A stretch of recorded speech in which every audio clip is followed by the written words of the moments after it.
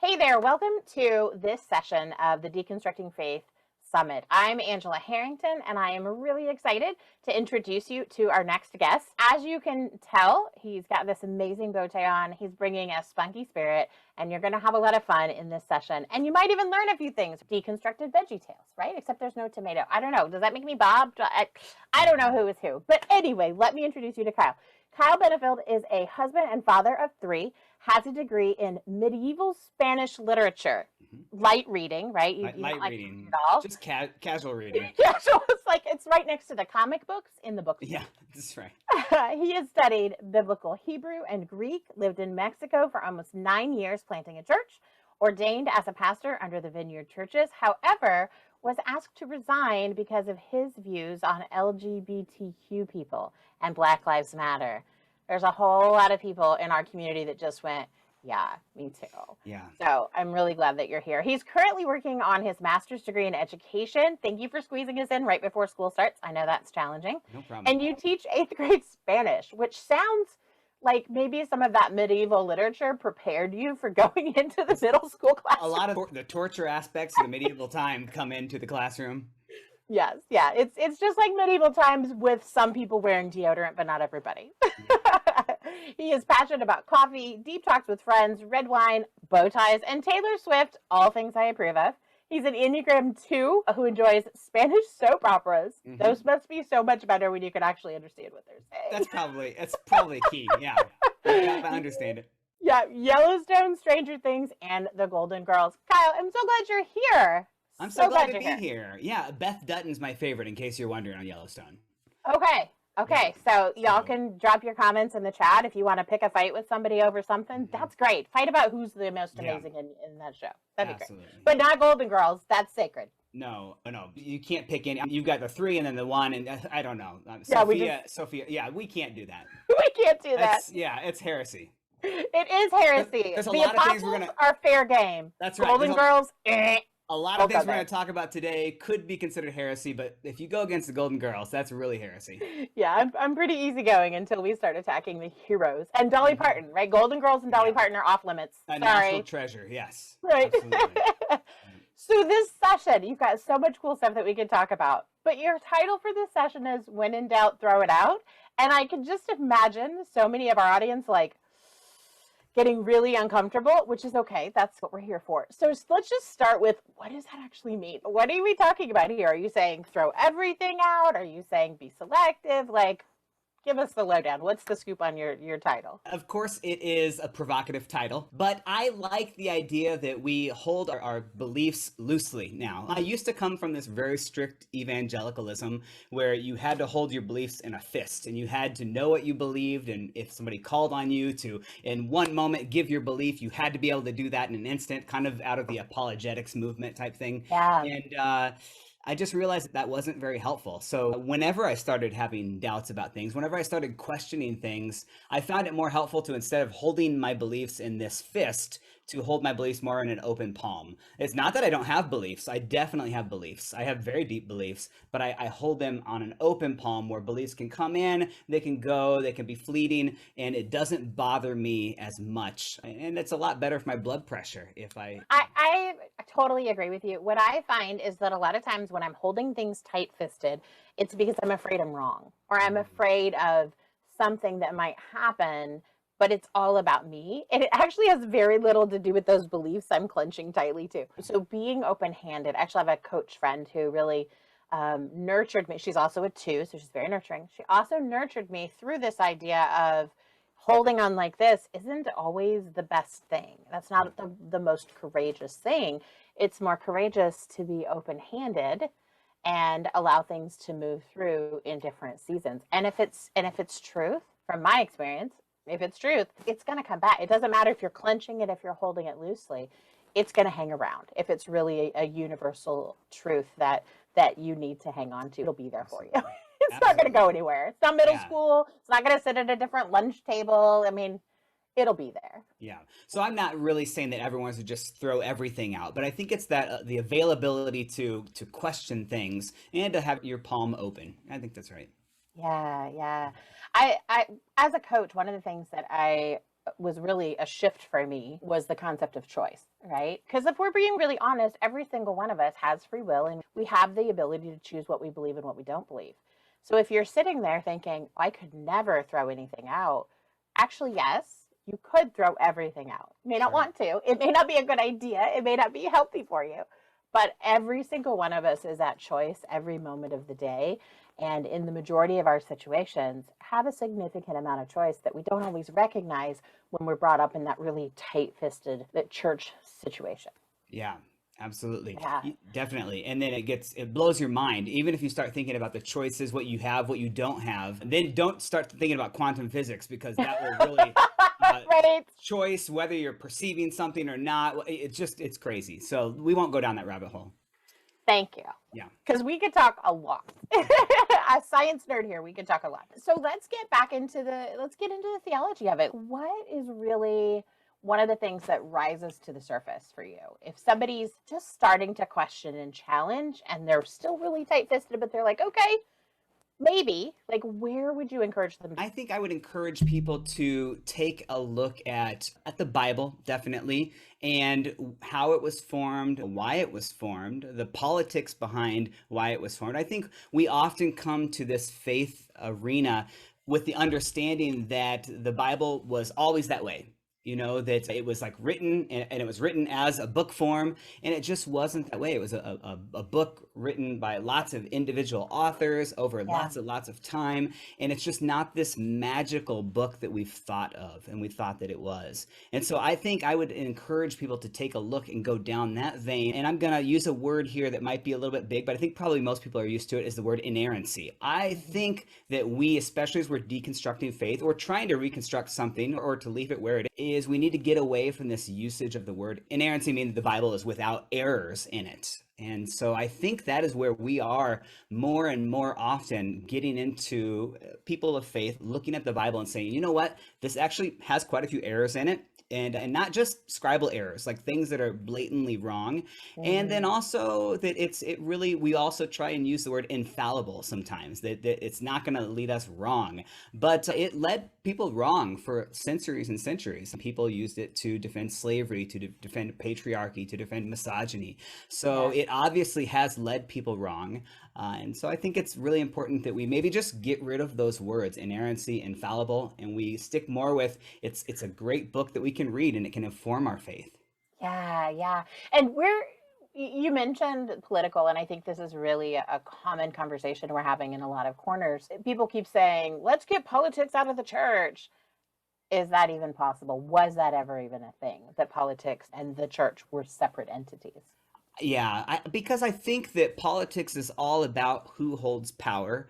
I think that Jesus has a lot to say about who has the power and who doesn't have the power. And so to say that the church and or Jesus, who I admire greatly, doesn't say something about politics, to really not understand, I think, what Jesus was talking about the entire time anyway. He lived in a very political, tumultuous time. I can't think of a more tumultuous time. And we thought we lived through Donald Trump, and that was crazy. I can't imagine living in that time with just in a span of so many years. There were like 8 emperors that came in and out. Oh my gosh, So I can't imagine I the can't chaos and you would get whiplash every time someone new comes in. Even though our transitions here in the States are rough sometimes, right. we're really protected. We really have some decent systems in place to facilitate transition, and it's not like the change of an emperor where you've got overnight like entire ruling parties are overthrown and murdered and some of those really atrocious things. Yeah, we didn't murder Donald Trump. So that's good, I think. Our systems there's so many flaws in our systems, and yet there are some really good bones in some places. And I think sometimes we forget that. And honestly, I think when people say, I want politics out of church, it's code for, I want people who don't agree with my politics out of church. Yeah, that's right. Yeah, exactly. I think we definitely get a lot of that. And there's a lot of the politics is, I don't really want to care about people that aren't like me. And so I have my family that looks like me, talks like me, the skin Yeah. color is similar to me, and I can be okay with being with them and being in my own little like church kind of bubble, which is more like a social club or something like that. But I don't really want to help people that don't look like me, that don't speak like me, maybe that are strangers to our land, have different color skin, have different gender than us. Right. Yeah. So in your bio, you mentioned a little bit about how you were asked to leave the church or really pushed out because of some beliefs. Can you share just for a couple minutes about how your belief system changed and how your faith has been shaped and changed by all these different experiences you've had over the decades? Sure. So I started out my faith journey in the Vineyard churches. It's an association of churches that got its start out of the Jesus People movement in the 70s. A whole bunch of hippies came to know Jesus, and there were mass conversions on the sand, which now I like look back at that and I'm thinking like, oh my gosh, I can't even imagine that. It's too much like baggage that I have of evangelicalism. Anyway, I look back at that time and the Vineyard got its start out of that because people who were hippies who had been smoking pot the night before, who didn't have shoes on, who smelled a mixture of different types of incense and pot, they tried to go to the traditional churches and they weren't let in. And Yeah. so the Vineyard kind of came up out of this movement of churches that said, hey, everyone's welcome here. And so I loved that aspect of the church that I was a part of. Everyone's welcome. And when I read the scripture, when I saw Jesus in the New Testament and the Gospels, I saw this amazing itinerant hippie preacher who went around just loving on people. Yeah. And that was really attractive to me. And I thought that was amazing. And so I signed up for that. And then once I got in, I realized, oh, it's not all about that, is it? We actually don't really keep the doors open very much to LGBTQ plus people. Women in leadership is a little bit sketchy. When the Vineyard decided to allow women in leadership, which doesn't seem like that much of a stretch, like 25 churches like instantly just left the denomination. Wow. Even though the church was only formed in the 70s. This Yeah. isn't like a denomination that's centuries old and really stuck. Hmm. Wow. And was formed out of, we want to be open for everyone, except Yeah. for women in leadership. Don't you dare preach. So that was a weird moment for me. So I came out of that. And I definitely, in the beginning, I went into evangelicalism. I went in hard because you had to. I listened to all the radio that I could find. It was all Christian radio. I had my copy of Left Behind that was like right next to my Bible. And so you just read those in tandem. Probably read Left Behind a little bit more than the Bible because it really knew more than the Bible probably did. Yeah, And, and it flowed a little better. It was a little more what we were used to. Yeah, right. got it. That's right. Why would I want to read about this Jesus character when I can read about people disappearing from planes? And we all knew at that point Kirk Cameron was in it. So, That's right. That's That's right. Exactly. I didn't have a picture of him like I think it was Kelly Kapowski that she would like kiss. I'm pretty sure that's true. Saved by the Bell. Anyway. Yeah, okay. I digress. I came out of that thinking like, hey, this is this amazing movement that is going to be really like progressive on these issues. And then whenever I started changing my tune and my brother came out of the closet and I loved him, I supported him. But there's a time when I was steeped in evangelicalism that I rejected that part of my brother. And it was really hard on our relationship. I wrote a long paper that said that he was going to hell. It was awful. And I am a horrible person back then for doing that. And so I hope that I've made amends for that. And I started having all of these changes. And then I started to not be able to be silent about it. Yeah. And I found out that the more you talk about it, if you talk about it from the pulpit, about justice issues, about LGBTQ issues, people don't like that. And I made some people mad, some people that had a lot of money in the church mad. And they were like, we're going to leave. And so it made some waves. And I think the decision was made that instead of making waves in the church and actually trying to provoke real change that might help in the future, we would rather keep the status quo and keep this church comfortable for the people that are here. Ugh, ouch. Yeah, it sucked. I love that you say provoke because real change is provocative. Yeah. It's not easy. It's not simple. It's not, sometimes it's peaceful, but before it's peaceful, like there's a whole lot of pain and traumatic work that has to happen ahead of time. So I'm glad that you used that word. That kind of stuck with me a little bit. Thank you. I appreciate that. So part of the reason I invited you was because I saw your YouTube video, since you mentioned Left Behind. Let's go there. You have these videos that are fantastic, and we'll put the link right into the video so people can go watch them after your session. But you were talking about, Revelation. You were talking about rapture, and you said some things that I was just like, oh, yes, those are the words I've been looking for. So, can you dive in just a little bit? I know we don't have a ton of time here, but if you could just dive in a little bit with some of your thoughts on why evangelicals are so obsessed with the revelation and rapture and what comes out of that. It's harmful. We'll just bottom line it. It's harmful. But if you could dive into that a little bit, I think it's going to create a lot of freedom for people to realize that's a great place to start with the open-handedness. Yeah.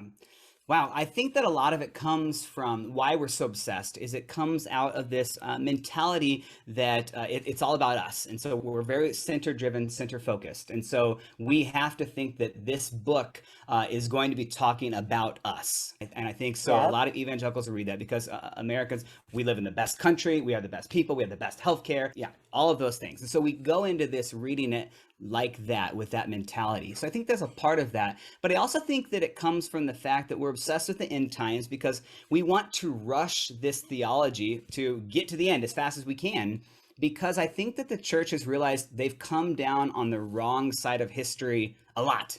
Yeah. Whether that's slavery, whether that's women, whether that's LGBTQ plus people in the church, all of the above, whether that's science, big things like science, and whether things are literate or not literate, whether things are what's the word I'm looking for?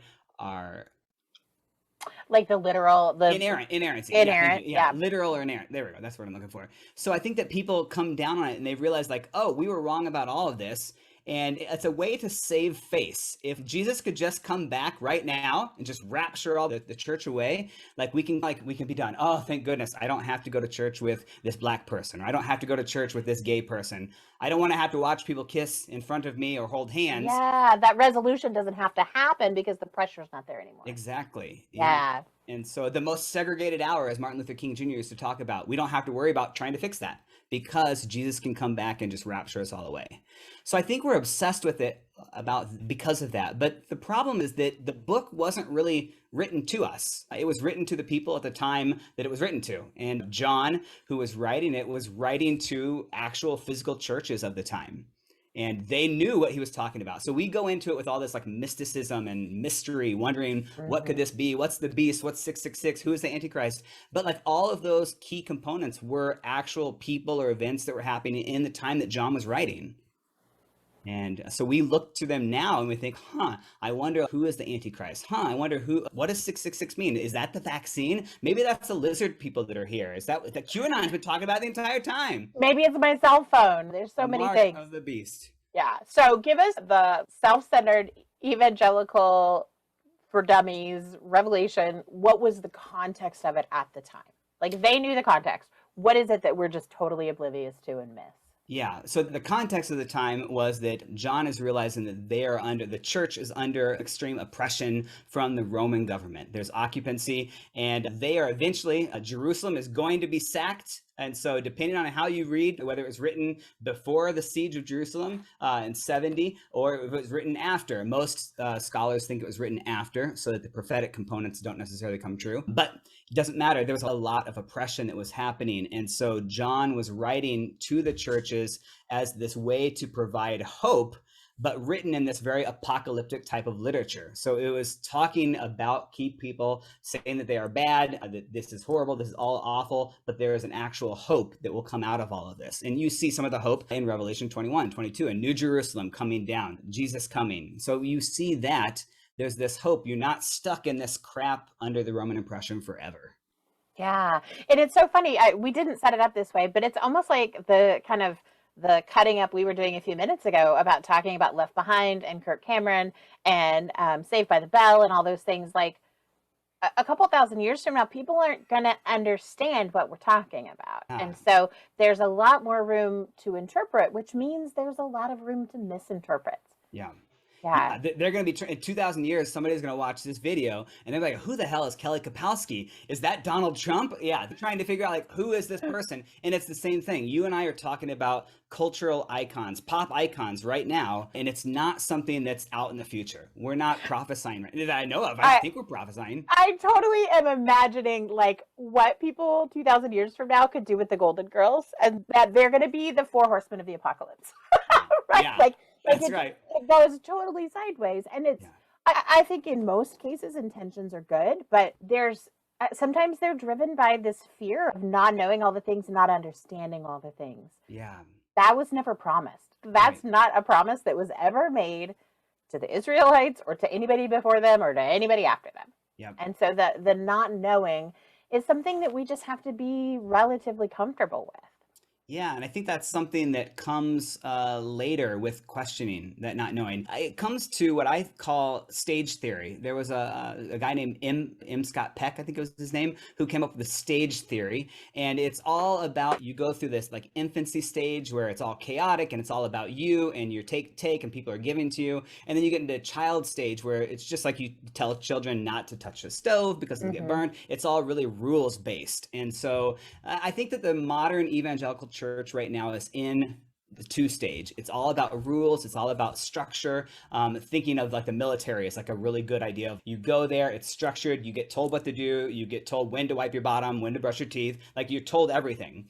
And so then you get to the stage 3, which is the teenager like storm phase, which is what I think probably a lot of people who are actively deconstructing their faith are probably in the stage 3. And it's a great stage. In fact, I've recognized that a part of my life is to help people get from stage 2 into stage 3, to ask the hard questions, and then to see the deer in the headlight look, and then walk them through that. But I love people that are currently deconstructing and trying to figure out, why do I believe this? Is there a reason for why I believe that? But the great thing about the stage theory is that you don't end with stage 3. There is a stage 4 afterwards, which is what you're talking about. You can live in the mystery, and you get to more of an adult faith where you can hold things in your palm of your hand, your beliefs, and you don't have to rigidly hold on to something. You don't have to fight with everyone that comes up to you. You can just be okay with mystery. Yeah, and recognizing that when we're closed-handed, mystery is a threat. Yeah. But when we're open-handed, mystery is actually part of the promise of God. We see a lot of churches go way fundamentalist. And one of the first things that they do after eliminating any type of equity or equality between genders and races, the next thing they do is they strip out a lot of the supernatural. Yeah. Yep. But what happens is you get a leader who is deeply connected to the supernatural aspects of God, and just that leader. And it really opens the door for abuse. So taking back our power and just saying, actually, no, there is a supernatural element. Hi, Holy Spirit. Yeah. There is a supernatural element to all of the aspects of God, which means that we have to just reconcile those are there even when they don't make sense and even when it's intimidating. Yep. And stop fighting and saying that anything that is supernatural or unknown or uncertain is a threat to the church. Because it's only a threat to the church if the church values that closed-fisted, limited view of what is holy and what is sacred. Definitely. And I think we're also in a stage of the church too, where everything is just changing. It's a very tumultuous time, and it is a fearful time for a lot of Christians who are holding on to that last phase of Christianity that they knew. But I want people, especially here, to know that we don't have to be afraid of this change. I think that it comes naturally, and it comes in waves throughout history. One of my favorite theologians, historians was, God rest her soul, Phyllis Tickle, wrote the book called The Great Emergence. And it is so great. She talks about roughly every 500 years, the church or the faith community goes through this enormous rummage sale where they give up the things that they no longer used anymore, things that were no longer important to them, and they brought in new things. And if you go back all the way 2,000 years ago, a multiple of the 500 years, if you go back 2,000 years ago, Jesus burst onto the scene. Like all of a sudden, there's this major shift. You have a Roman occupation, which happened. So major political things are happening. You go 500 years after that, the Romans are done. All of a sudden, the Roman emperor, the empire is just gone, and we go right into the Dark Ages. You go another 500 years roughly, we get to the Great Schism between the East and the West, where Christians are literally murdering each other. Catholics and Orthodox are just like beheading each other and killing each other. Over religion, not over just, religion. Over territory and all the normal things, but over faith. Literally. Exactly, over faith. And then you go, once again, you go 500 years forward to that, you get the Great Reformation. Yeah. And of course, that was major changes. And now we're about 500 years past the Great Reformation. So I think that we should look at the church and society, and if people are questioning things, why they come, just to know like this is natural, this has happened, but something always comes out on the other side. We don't need to be afraid of, oh my goodness, what's going to happen? Something always comes out that's always, I think, better on the other side. Yeah. And because it's something that's not in our control, it's going to happen whether we're a part of it or not. I could sit here tight fisted and clenched and really self harming because of this chaotic crisis view I have of things. Yep. But that's not going to keep the world from changing. That's not Mm-mm. going to keep God from revealing new things on a daily basis to people all over the place. Right. Yeah. Absolutely not. So for people who are like, okay, wow, I'm recognizing I'm closed-handed. It's time to start opening up those hands a little bit. What's one simple step that they can do perhaps this week Yep. to start moving in that direction? Okay, so I would say that it is reading two books in tandem. Okay. If I would have to say one. One is the book I just talked about, which is Phyllis Tickle, The Great Emergence. And it's wonderful. It talks about the rummage sale. But at the same time as you're reading that, trying to figure out why do we feel these things, I would also be reading, it's called The Sin of Certainty by Peter Enns. Okay. And so that goes into a lot of what you and I are talking about, of this idea of not holding things tight-fisted. We almost make an idol out of being certain about things. And it's like this false worship that we have because we've made an idol about being certain about things. Yeah. And it's comforting. It's comforting to feel certain about things, but there's actually a much richer, deeper faith on the other side of that. Yeah. Okay. So we'll put those links. If you're watching on the replay, the links are going to be below so that you'll have access to those. Tell us, and also the M. Scott Peck book that you mentioned earlier, I'll make sure we drop that in there too. So, or the theory, so list, that people can access that. So if people want to connect with you and they want to keep learning from you and they want to check out those amazing YouTube videos that I think I promoted earlier, I don't know. I said Veggie Tales. People might have been out at that point, but tell us where we can find you. Yeah, I'm definitely not a Bob the Tomato, although he is amazing. Larry, I'm probably more of a Larry. Just I don't know, but I think I can see that. You can find me more on. You can find me on Thoughtful Thursdays, is what my video channel is called. So every Thursday I put out a little thought piece, and so they're usually about a 10-minute video, and I go over all the different things. You can go back and look at them, from LGBTQ stuff to Black Lives Matter stuff to the recent election to January 6th insurrection. I just touch topics, and so I just got done looking at the rapture. My latest one. So yeah. Yeah, the Rapture just came out. So people are going to be watching this a few weeks after we record it. So there's going to be all kinds of good stuff there. I love the videos. They're a guilty pleasure because sometimes snark is just really good. And sarcasm, not to be mean-spirited or hateful, but just to be like, guys, we're being ridiculous. Like that kind of thing is so freeing for me. So if you're in the same place where sometimes those things are hard to express, I highly recommend you go check out these videos. We'll also make sure that the link is right here. And of course, you can drop comments and questions in the chat as we go, and we'll be here to interact with you. Kyle, thanks for being here. I appreciate it. For those of you who don't know, okay, full disclosure, we are second cousins by marriage. Yeah. Yeah. Which means like nothing. Nothing. Yeah, there's really no nepotism here. There's really nothing. But that's how you shared it on you shared your video on your personal profile, and I've been watching for a while, but I was like, ooh, we need to have that conversation. So what you don't know is that we just had this conversation yesterday, and within 24 hours before grad school starts, he squeezed us in. So thank you for doing that. I think it's been a really I think it's just a really eye-opening session, and I'm really grateful that you got to be part of the summit. Oh, the pleasure is all mine. Thank you for the invite. Appreciate it. No problem. So for all of those who are watching, be sure to drop some things in the comments. You can also go over to the Faith Deconstruction Café Facebook group, which is where we're going to be talking about these things on an ongoing basis. Make sure that you check the schedule for this evening's wrap up. And also remember that by engaging in the comments here and also over in the Facebook group, you are getting entries to enter that free seat in the Deconstructing Your Faith course that starts right after the summit. So this is one of those places where we actually reward you for talking more. It's not like school. You get to be free and talk about stuff and ask questions. Thanks so much for being here, and we will see you in the next session.